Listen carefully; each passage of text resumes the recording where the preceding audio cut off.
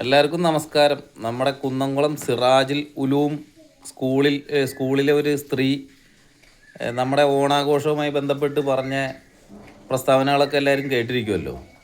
അപ്പോൾ അവർ പറഞ്ഞത് ഓണാഘോഷവുമായി ബന്ധപ്പെട്ട് ബാക്കി അവരുടെ എന്താ പറയുക മതത്തിലുള്ള കുട്ടികളൊക്കെ ആഘോഷിച്ച് കഴിഞ്ഞാൽ സിർക്ക് ആവുമെന്നാണ്.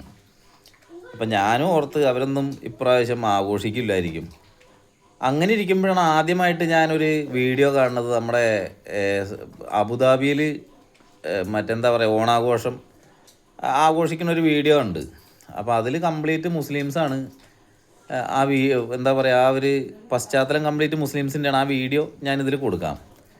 രണ്ടാമത് ഞാനിപ്പോൾ 2 ദിവസമായിട്ട് എടപ്പാൾ ജംഗ്ഷനിൽ പോകുമ്പോഴത്തേക്കും ഓരോരോ സ്കൂളിലേക്ക് പോകണ മുസ്ലിം പെൺകുട്ടികളും ഹിന്ദു പെൺകുട്ടികളും ക്രിസ്ത്യൻ പെൺകുട്ടികളും എല്ലാവരും എന്താ പറയുക സെറ്റ് സാരിയൊക്കെ കൊടുത്ത് സിർക്കില്ലാതെ പോണ രംഗങ്ങളാണ് ഞാൻ കണ്ടത്.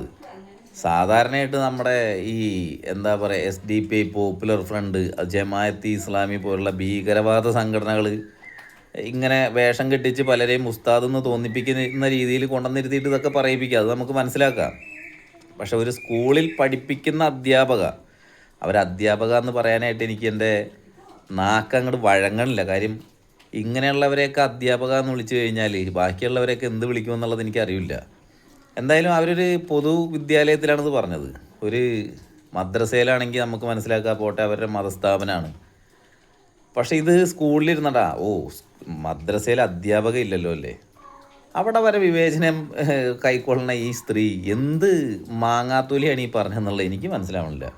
അപ്പോൾ എന്തായാലും നിങ്ങളുടെ ചെറുക്കൊക്കെ കേരളത്തിലുള്ള മുസ്ലിം യുവാക്കളും യുവതികളും തിരസ്കരിച്ചതായി പ്രഖ്യാപിച്ചുകൊണ്ട് ഈ ഓണം ഞങ്ങളെല്ലാവരും കൂടി ഒരുമിച്ച് ആഘോഷവും ഗംഭീരവുമാക്കി കൊണ്ടാടുമെന്ന് ആ സ്ത്രീയെ ഒരു വട്ടം കൂടി ആലോചിച്ചുകൊണ്ട് എല്ലാവർക്കും ഹാപ്പി ഓണം.